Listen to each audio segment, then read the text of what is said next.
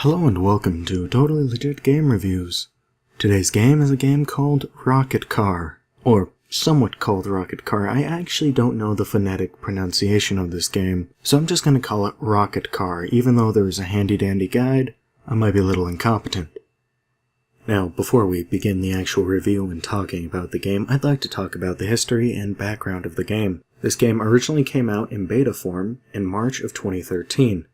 This game is also created by a single developer, Jim McCann. There's some kudos to be had that there's been this much time and effort put into this game, instead of a lot of early access titles that are usually rushed, or even other greenlit games that are usually just put on without a lot of thought.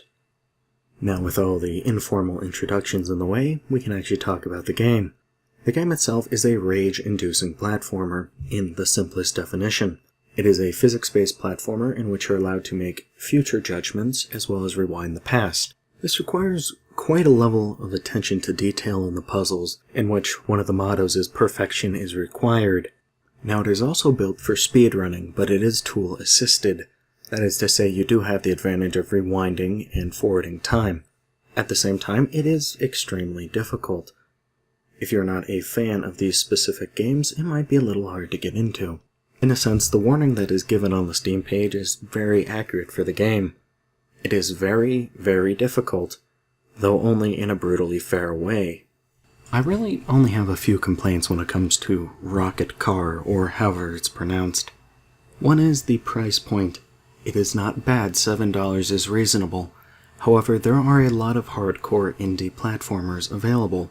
This one does have a few interesting twists that aren't usually combined together, but at the same time you can receive similar games for $5 or less. The difficulty can also be a turn-off to this game, in most cases myself included. The game, however, does offer a demo on the creator's website, which is linked in the description. I'm actually really glad that this was included, and is still up even with the Steam release, because it allows for a better perspective of the game if you're still on the fence. After looking at the demo, I can say that it's not my type of game, but it definitely will be for some people. Overall, this game is for someone who wants a challenge, someone who's not afraid of a steep learning curve in a game.